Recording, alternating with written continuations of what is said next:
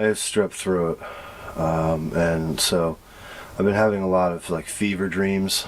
In these fever dreams, I've been remembering all this weird stuff probably because I talked about Lollapalooza on the last video and all these things that were happening when I was like 15, 16 years old. And it reminded me of my first trip to New York in 1992 to visit an older friend who was going to Sarah Lawrence. In the early 90s, the Disneyfication of New York had not really gotten underway in earnest. When I got there, there was a bed frame in the middle of the street on fire. We hung out and he showed me some of New York.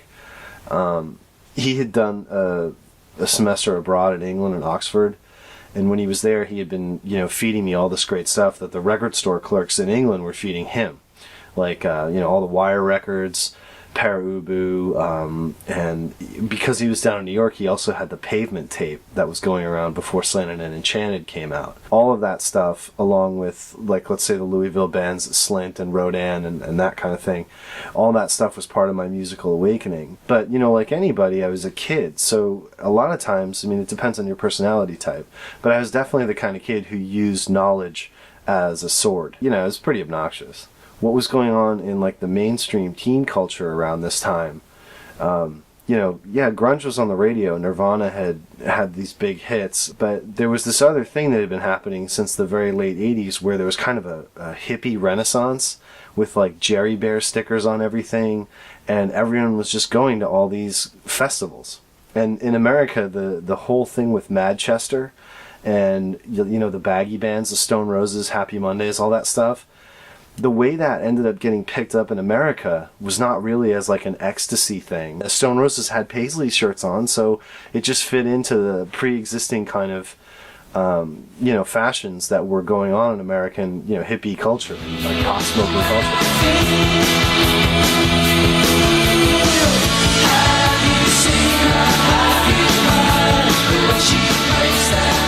I'm too cold, I can't take this off. You had this mainstream thing happen with the Spin Doctors, where they were sort of the culmination of it. They had this massive hit album, Pocket Full of Kryptonite.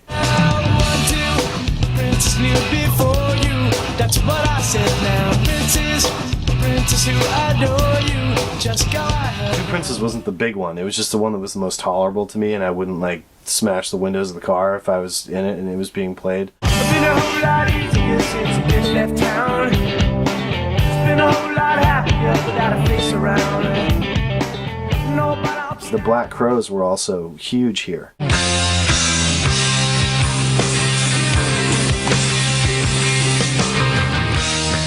The background in America around this whole thing was very broad. None of this stuff was as niche and kind of striated as it was in the UK, where it was very much like, shoegaze, Manchester, everything was like in its box. You were part of a fan base for that particular genre. It all kind of, became a melting pot over here. And so this kind of weird Jerry Bear Grateful Dead thing, which ended up becoming Phish in the 90s, was very much alive. And when we were teenagers, we would just go to any show we could because you could get fucked up in the parking lot. We would go to fucking Jimmy Buffett. Who cares, right? We weren't going there to hear the music. We were going there to get wasted. Just when you thought the party was over, Corona Extra presents Jimmy Buffett and the Coral Reaper Band. August 25th at Riverport Amphitheater, the last big bash of the summer. Jimmy Buffett. So you'd walk around the parking lot and there'd be all these like college kids completely shit-faced, and you'd hold out your red cup and they just like dump white tequila in it. And I remember that actually happened. This girl dumped white tequila in a cup full of beer, and my buddy and I were walking around like, oh, this tastes pretty good. Jimmy Buffett is not the kind of act where the moral majority are going to come picket or cops are going to go try and make a drug bust in the parking lot. So you could get away with it. When I left Sarah Lawrence and got in a cab to go back to get my bus home, the cab driver who picked me up was playing this tape, and I thought I recognized the song. I was really familiar. It sounded like Nothing But Flowers by the Talking Heads. It didn't sound very good. It sounded, live. So I asked, I was like, is this a Talking Heads bootleg? And he goes, no, this is Prince. And I was like, you mean like Purple Rain, Prince, When Doves Cry? This isn't Prince, this is like a rumba. And he goes, no, Prince Nico.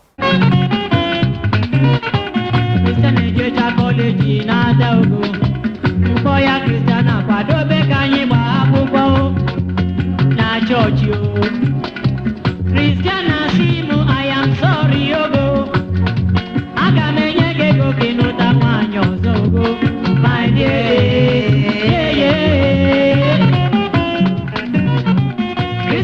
And he starts telling me all about Prince Nico Mbarga and his band, Rockefeller Jazz, which was a huge band in Nigeria in the high life scene.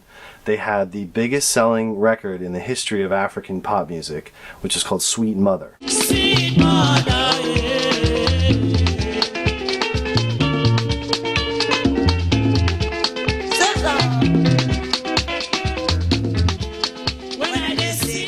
They're all like 8-minute songs, so we only heard a couple of them over the course of this cab ride, but when we got to the end, you know, I was like, wow, this is really great stuff. So Prince Nico Mbarga, I gotta look this up. Thank you so much. And he turns back to me and he hands me the tape and he goes, you keep it. First of all, I said, no, I can't take it. I mean, how are you going to get that in America? This probably came from, you know, your family or friends back home. He said, no, I know people and this is a very popular record. I can get it anytime I want to. I want you to have it. So, I mean, I look back on it and I'm like, I wasn't dressed like a Baja kid. I never wore any of that stuff. I mean, even when I went to Jimmy Buffett, I was wearing all black. In the middle of August in a parking lot. It was like 90 degrees. I was wearing all black, like a sweater. You know, because I didn't dress that way, I look back and this guy was probably like, you know, this crazy white boy wants to like get into high life. I gotta make that happen. You know, how else is Prince Nico gonna get out there, right? And I went home, back to Boston, and all my friends were into this whole Spin Doctors Baja, you know, head shop thing. Everyone got the sandals and people were walking around with soap on a rope and Bajas, and you know, it was just, you know, reggae sunsplash. Everybody had a Bob Marley poster on their college dorm wall. If you're in the suburbs, there's no way you're going to really, you know, make a ton of connections. So you just go to head shops in town and then there'd be guys cruising the aisles that would like drop business cards on the floor and you'd pick it up and call the number and you'd meet them 2 stops down on the Orange Line and pick up a quarter bag or an eighth. When we go to these head shops, all my friends would be checking out like pipes and bongs, and like I would make a beeline for the CD section because these stores always had CDs in them. So like the third time we went in there, I brought the tape with me, the Sweet Mother tape, and I brought it up to the counter and I asked these guys, like, I really like this tape. Do you have anything else that sounds like this? And the guy kind of shook his head and was like, he opened up to me about it. He wasn't like laughing or whatever. So he's like, this is a great tape, you know, Sweet Mother is the song of Africa, this is, you know, Congolese music, this is high life. I don't know how to pronounce any of these, you know, names properly, and I apologize if that, you know, offends anyone. I'm not like a scholar about high life or Nigerian or any other kind of African music. This is just a weird, you know, period in my life where I had this exchange that was totally musical. And not based on, you know, any kind of cultural interest. It was just 100% about the music because I was learning to play drums at that time. And like jazz was a turnoff because jazz would get so crazy and so technical that I couldn't play it. It would be like, you know, Ornette Coleman and then free jazz or Miles and those guys. It was just like I couldn't do anything with that. I was too unskilled. I was a kid. But the rumbas in these high life songs, this African rumba that came out of Congolese music, was something I could play, and it was a really up jump tempo, and I liked it a lot. It put a lot of pressure on me and improved me as a drummer trying to play along to these like 8-minute jams. So after I gave them the Prince Nico tape, they just said, you know, well, you should check out Grand Calais and L'Africa Jazz. That's where it all sort of starts to transition away from more traditional kind of pining blues sounds into this, you know, Congolese rumba, which begins to be called high life.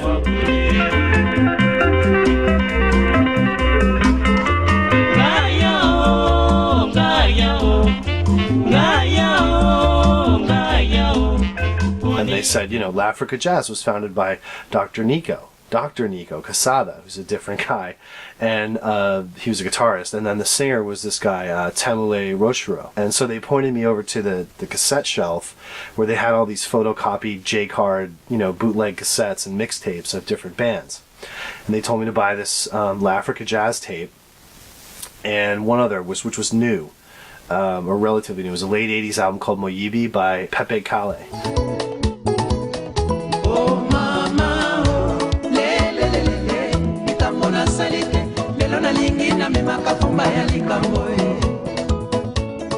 Or Kaya. He's like the biggest man that's ever walked the earth. He's enormous. What he was doing was taking the mid and late 70s high life, band sounds and kind of giving it a little bit of a pop music kick. This was called soukous music, and which ended up being renamed essentially for the dance that it spawned, which was called the kwasa kwasa.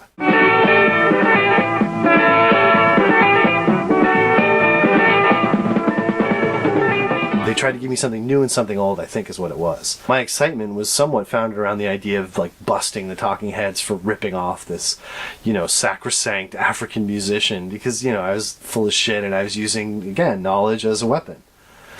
But a lot of this stuff sounded relatively the same. And what it forced me to understand is that this nation, these different nations, Sierra Leone is involved in this too, it's not just Nigeria. Culturally, what music was about for them was sounding the same. It was about recreating an environment, a communal environment, when everybody went out and got together and danced. And you wanted it to be the same every time, because then it felt the same and it was like a home away from home, or a place to, blow off steam. I didn't know it was the last time I was going to be going in there, but I talked to them about this Masanga song. They gave me a tape by this guy, Suleiman Rogers. He had this song called Please Go Easy With Me that was just like the most beautiful thing I'd ever heard. Now, mister, please go easy with me. I said, please go easy with me.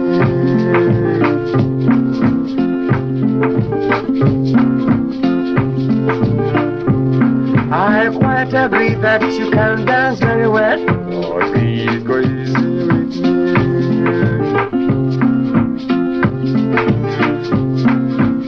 I don't love you when you're holding my hand, and why should you love me? When I moved to New York in the early 2000s, the whole Strokes late 90s New York thing where Union Pool was really swinging, and my friends signed a 5-year lease and renovated a warehouse space on Ken Ave and lived there. This all seems so crazy to me at the time. When I eventually moved down there, we had no room. It was a one bed, if you could call it that. And so I boxed up all my tapes and a lot of my records and put them in my parents' basement, which flooded. And so the tapes were in a cardboard box, and I lost all of those tapes. By the time I'd gotten to them, they had been sitting in the water and they had crusted up and oxidized, and they were basically unplayable. This was a Mission of Burma bootleg that was in the box, and it's just like a running computer printer die in a box. And the CDs are even they are even color burned, and the you can't play them because the water pitted and oxidized the CDs. These are bootlegs this girl did of their initial reunion tour. She documented every show and put them out, and because I had interviewed Peter Prescott for Pitchfork, she was nice enough to send me a collection, but now they're totally fucking ruined. As the internet started to pick up steam, even back in the Audio Galaxy days, in the early 2000s, I was able to find Christiana and a couple of other songs, but there was no real explosion in interest in high life or Nigerian or Congolese pop music. So it was sort of a lull, and I just kind of accepted it and moved on. Nothing But Flowers remains probably my favorite Talking Heads song, and I still think Naked is just such a completely undervalued album. I'm not going to say that it's underrated. I mean, that's so corny, because there's plenty of legitimate reasons to dislike that record. I always thought Saxon Violins was one of their best singles. Love keeps us together.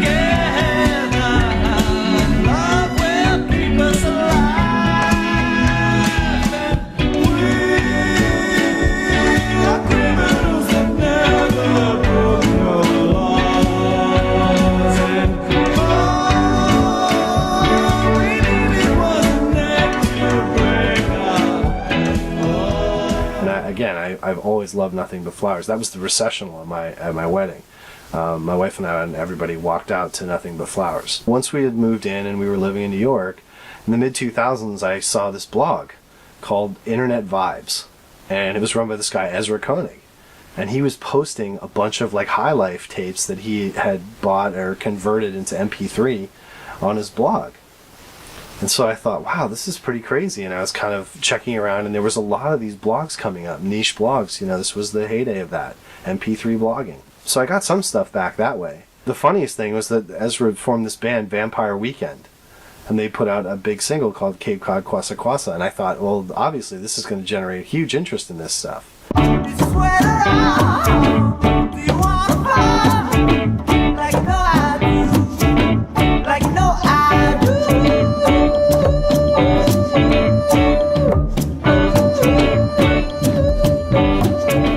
But it's weird. It just seems like everybody was content to have it be Paul Simon's Graceland and like not really go anywhere with it. I never really, felt that, like Italo Disco in the early 2000s, there was 50 Italo Disco comps that came out, and they got all the best stuff. And it was just like, champagne, champagne, champagne, champagne. Every track was gold. Instead of maybe finding out about someone like Prince Nico Umari, you only get like this giant, pretentious, droning feature. It's just total hagiography. And that doesn't help anybody. These guys, these bands, this music wasn't the most important music that was ever made. And it wasn't underappreciated. Sweet Mother sold 13 million albums. I mean, these guys were famous. A lot of Westerners have never heard of them, but these guys did very well for where they were at. They weren't, laboring in obscurity or, dedicating their lives to pop music to the exclusion of all else in this romantic way. That's complete bullshit. These guys were huge celebrities. So they shouldn't be treated any different than the fucking Bee Gees in terms of how you talk about them. It's this kind of ethnocentric condescension that infects all of the dialogue around foreign musics that just really drives me nuts. Cultural relativism is a huge problem, and I see it every time anyone talks about a foreign artist. Don't even get me started on Pussy Riot. Seriously, turn it off. Oh